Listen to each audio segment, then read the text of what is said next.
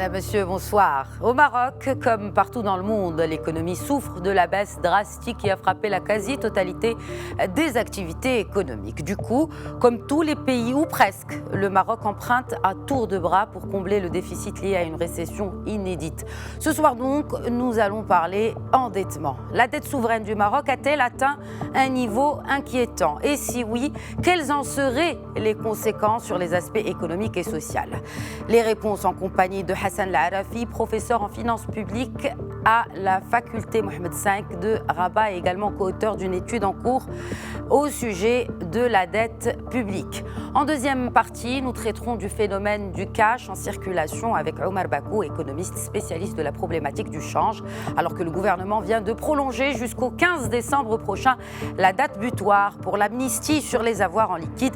Les transactions en liquide toujours ont-elles explosé ces derniers mois? Décryptage donc ce soir. Bienvenue dans Question Éco.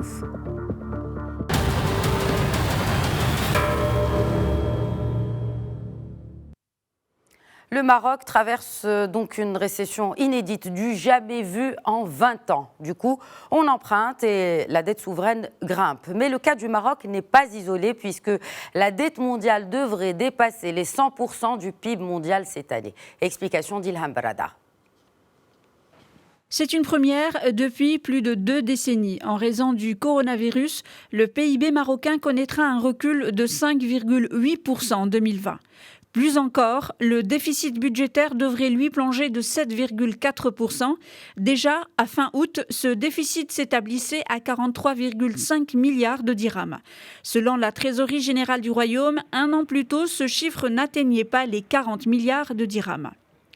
Les recettes ordinaires brutes ont connu une très légère chute de 0,1% pour se stabiliser à 160,5 milliards de dirhams. Les dépenses ont pour leur part enregistré une hausse de 2,3% et ont atteint 163 milliards de dirhams.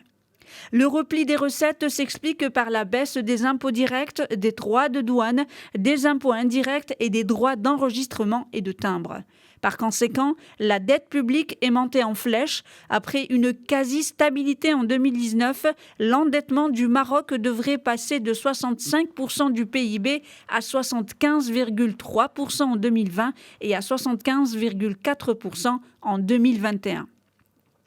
À ce propos, le Parlement a autorisé le gouvernement à dépasser le plafond précédemment fixé afin de lui faciliter les sorties sur les marchés mondiaux et auprès des partenaires bilatéraux et financiers. À noter que le Maroc n'est pas le seul pays confronté à la hausse de sa dette. Sa tendance est mondiale, le FMI le confirme. La dette publique mondiale devrait atteindre le pic historique de 101,50% du PIB mondial. Et pour analyser cette situation avec nous depuis Rabat par Skype, Hassan Al-Arafi, professeur en finances publiques à la faculté des sciences juridiques, économiques et sociales Mohamed V de Rabat, également co-auteur d'une étude en cours au sujet de cette dette publique marocaine. Bonsoir, professeur Al-Arafi. Bonsoir, madame. Depuis le 3 avril dernier, le Maroc a emprunté quelques 13 milliards de dirhams auprès de différentes institutions mondiales. Sommes-nous dans le rouge ?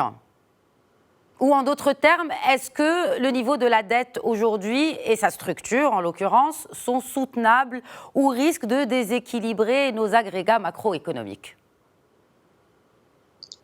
Ok, en réponse à votre question, on dira d'abord que la dette est soutenable s'il peut honorer totalement ses obligations en termes de service de la dette sans recours à des restructurations de cette dette, et sans accumulation d'arriérés et sans compromettre sa croissance. Je pense que c'est la définition qui est donnée par la CNUSED. En ce qui concerne le cas du Maroc, la dégradation de la situation budgétaire en termes des derniers mois, derniers semestres, entraîne une augmentation de la dette publique globale, que ce soit la dette extérieure ou intérieure. Le ratio, et vous l'avez bien souligné dans votre introduction, devrait passer de 80,5% du PIB en 2019 à plus que 92% en 2020, avant de reculer légèrement, d'après les pronostics, à 91,1% du PIB en 2021. Ça, c'est d'après les rapports officiels. Et c'est une occasion pour rappeler aussi les éléments d'information présentés par Banque le Maghreb.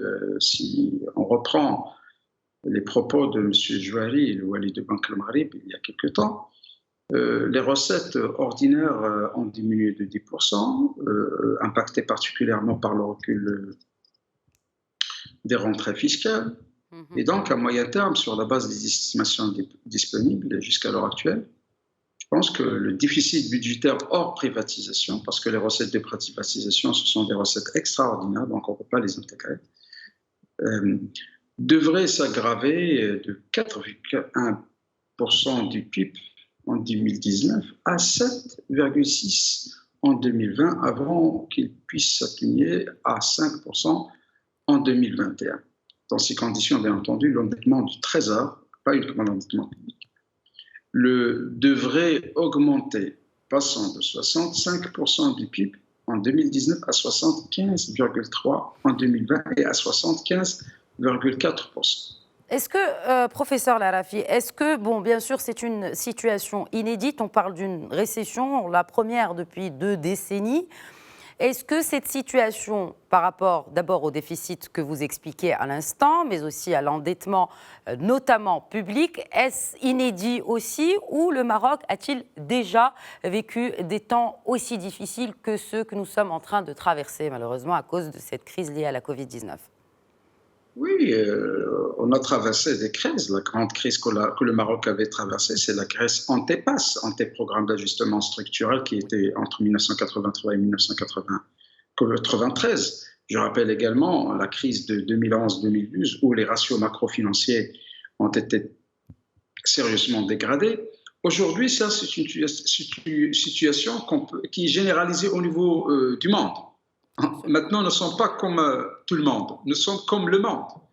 Et même des pays européens aujourd'hui, ils ont atteint un niveau extravagant de la dette. L'exemple de l'Italie. Aujourd'hui, le taux d'endettement, il atteint plus que 120%. Et donc, le Maroc ne fait pas l'exception par rapport au tissu mondial dans ce sens. Seulement, la question de la soutenabilité elle diffère d'un pays à l'autre parce qu'il y a plusieurs éléments qui entrent en ligne à cet égard. Donc, la situation est inquiétante, mais on ne peut pas dire qu'il n'est pas gérable. Très bien. Il est inquiétante, mais il reste gérable. D'accord. Alors, quand vous dites qu'elle reste gérable, est-ce que vous pensez que justement notre gouvernement adopte une politique ou une gestion, une bonne gestion de cette question de la dette ?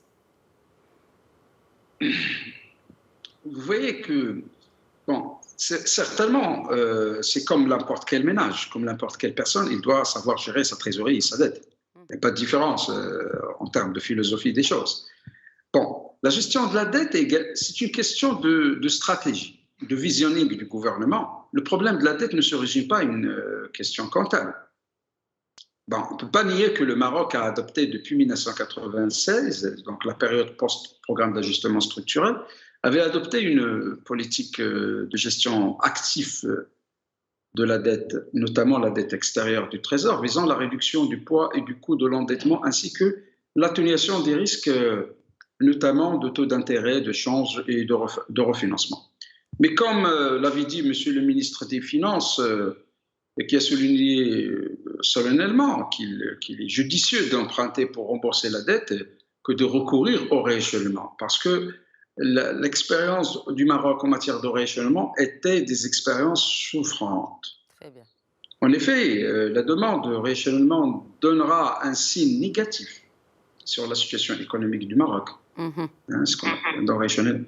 Et il ne faut pas omettre dans ce cadre que plus les débiteurs dans l'impression, puisque le Maroc donne l'impression d'une dégradation de sa situation économique, plus les créanciers, que ce soit les créanciers du Club de Paris ou du Club de Londres, c'est-à-dire des emprunteurs publics ou des emprunteurs privés, exigent des taux d'intérêt élevés avant d'accorder de nouveaux emprunts. Le recours au rééchelonnement est onéreux.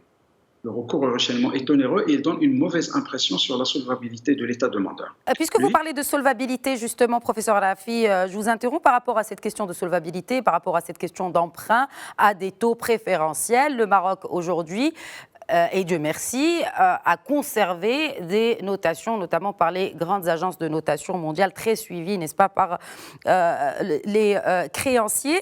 Est-ce que vous pensez que les perspectives futures de levée à l'international, de levée de fonds à l'international du Maroc, devraient être positives, optimistes, selon vous, se basant bien sûr sur ce service et ce système de notation mondiale? Oui, ça c'est une question importante parce que, vous savez, ce n'est pas uniquement au niveau des bailleurs de fonds, c'est au niveau même des investisseurs. Vous n'êtes pas sans savoir que parmi les questions qui intéressent le plus les investisseurs, sur lesquels ils font des études sur le terrain avant d'implanter leurs investissements, je parle des grands investissements dans les pays d'accueil, c'est le taux de l'endettement. Parce que le taux d'endettement, par la suite, aura une incidence sur la pression fiscale. Et donc, si un pays ne maîtrise pas sa dette, signifie qu'il n'est pas capable à recevoir des investissements sûrs. Cette question de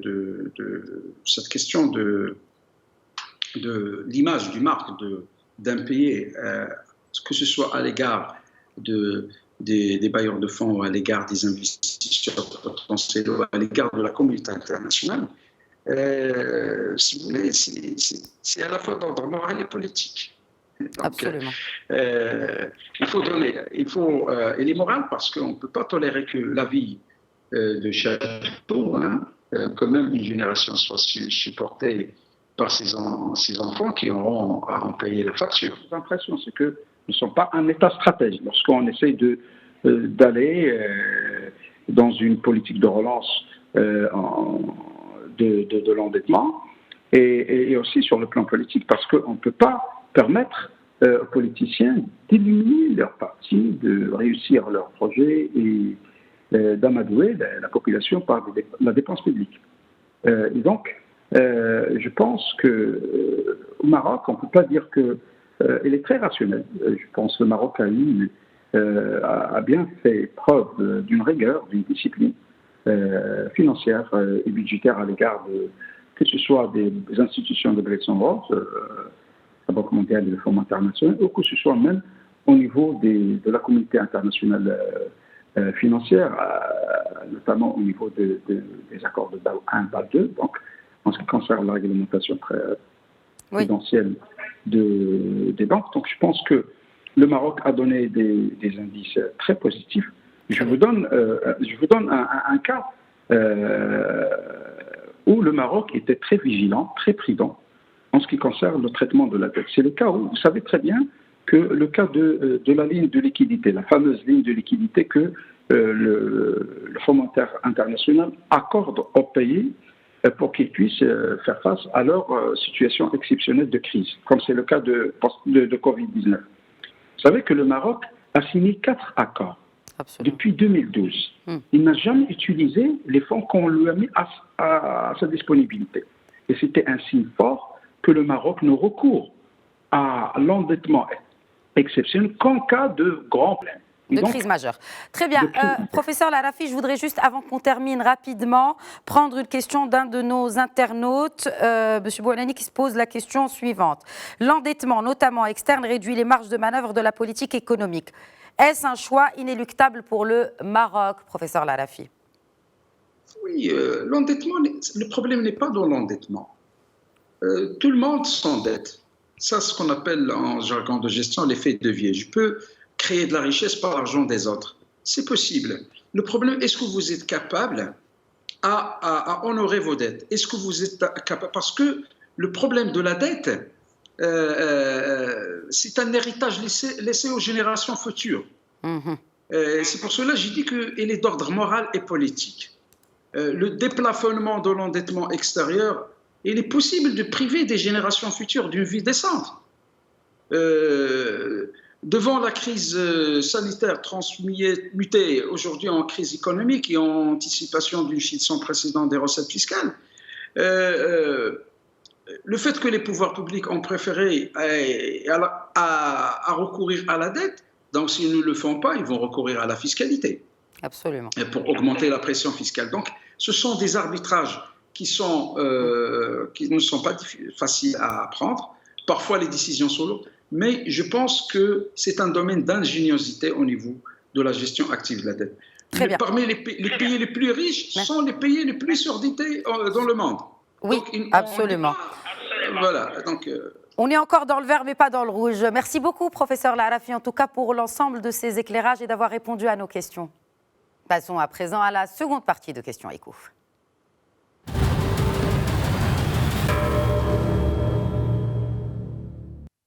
Et entre Eid al-Adha et les aides du fonds spécial Covid-19 distribuées notamment pour les travailleurs du secteur informel, le niveau du cash en circulation caracole au Maroc. Les détails dans ce papier signé Ilham Barada.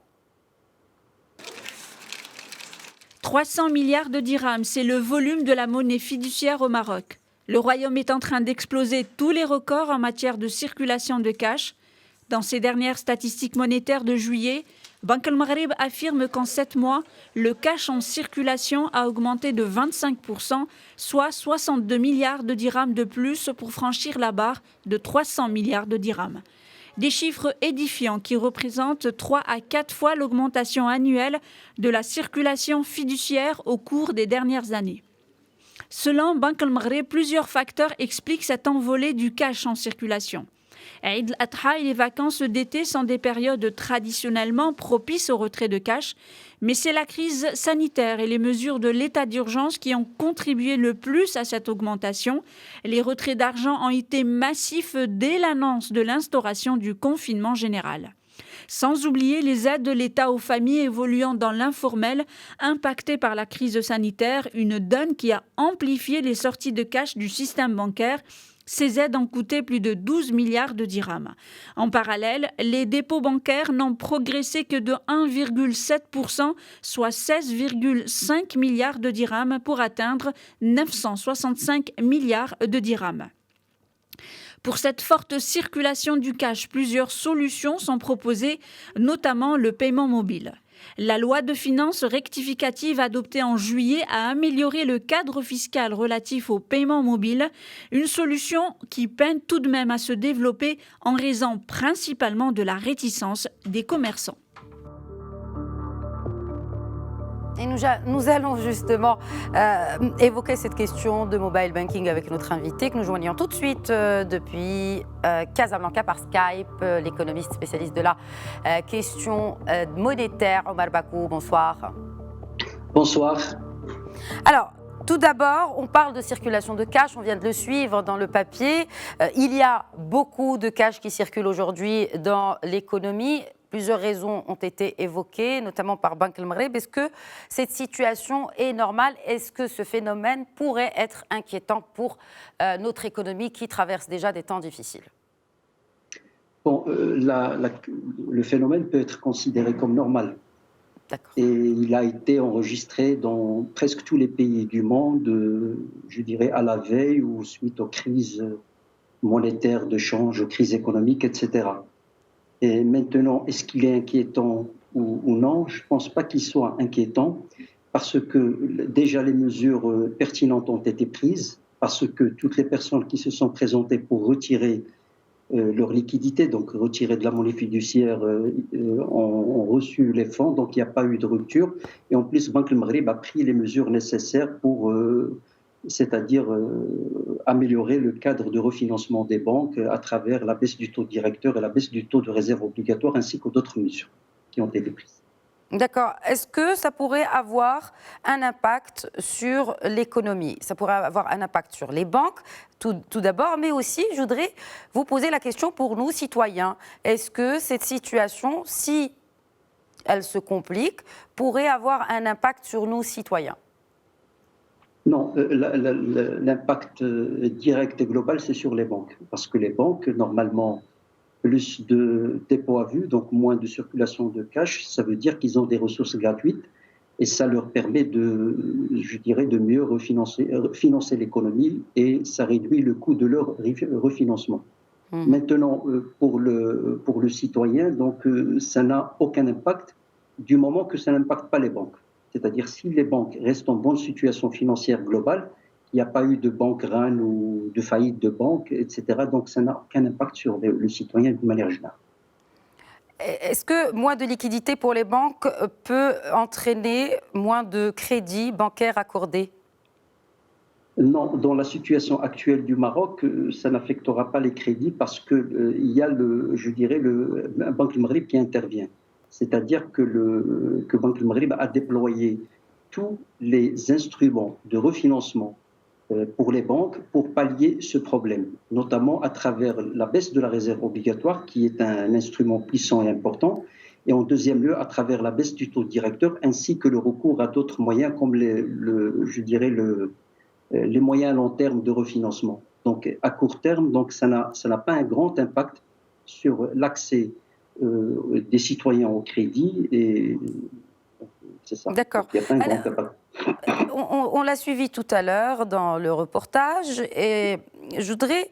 Bon, le constat est clair. Pourquoi le mobile banking ne fonctionne toujours-il pas à une vitesse optimale au Maroc? Bon, pour que le mobile banking puisse fonctionner, il fallait mettre en place un cadre juridique qui a été mis en place. Maintenant, il faut que la machine se mette en place parce qu'il y a toujours un décalage entre le cadre juridique et la mise en œuvre. Et maintenant, donc, je pense que le phénomène va se déployer, va se développer. Donc, oui. Au début, c'était une question juridique et réglementaire. Maintenant, une fois cette question est réglée, maintenant, il faut attendre. Donc, il faut que les opérateurs qui vont offrir ce service donc, puissent mettre en place les logiciels et les instruments techniques pour qu'elles puissent mettre en œuvre cet instrument. Mais ne pensez-vous pas que justement, sans mobile banking, cet objectif très ambitieux de régularisation du secteur informel pourrait en pâtir parce que finalement, plus de cash automatiquement induit qu'il y a plus de transactions dans l'informel.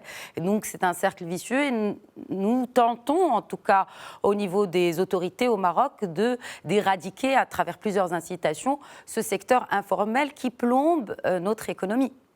Et notamment beaucoup moins d'entrées d'impôts pour les recettes de l'État.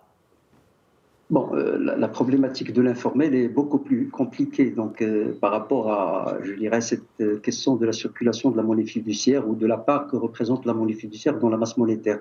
Donc, elle est liée à plusieurs éléments.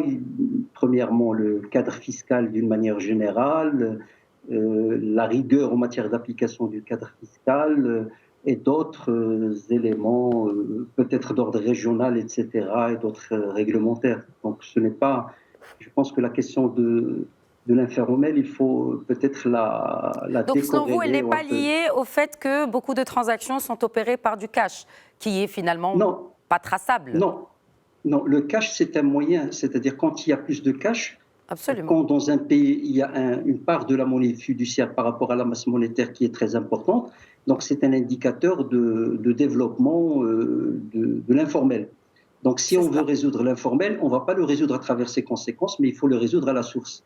Maintenant, ça peut être pris dans l'autre sens, puisque plus on aura des opérations traçables, notamment à travers les opérations bancaires et le développement. Le mobile banking aussi, par exemple. Oui, exact, mobile banking, etc. Et si ces informations sont bien utilisées, sont optimisées par les administrations en charge de la régulation, notamment celle fiscale, donc elles peuvent être un moyen de mieux contrôler et mieux appréhender l'activité informelle et donc, je dirais, l'éradiquer ou je dirais la pallier. Alors, puisque vous parlez de cadre fiscal, je voudrais juste rappeler que l'amnistie sur le cash a été prolongée jusqu'au 15 décembre. Est-ce que vous pensez que cela pourrait aider aussi à renflouer, j'ai envie de dire, les caisses des banques marocaines, notamment après cette vague de retrait massif qu'on a vécu ces derniers mois?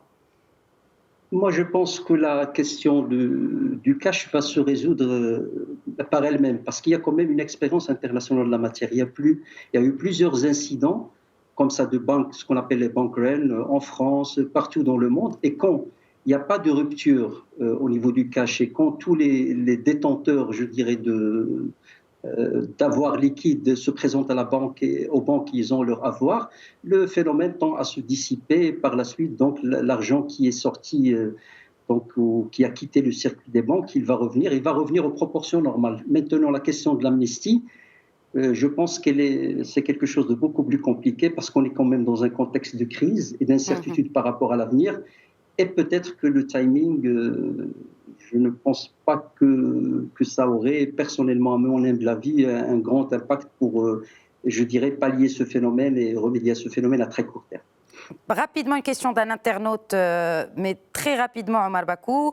Monsieur Youmni qui se pose si les autorités monétaires ont des idées pour faire du quantitative easing, monnaie et hélicoptère, avec le cash détenu par les épargnants.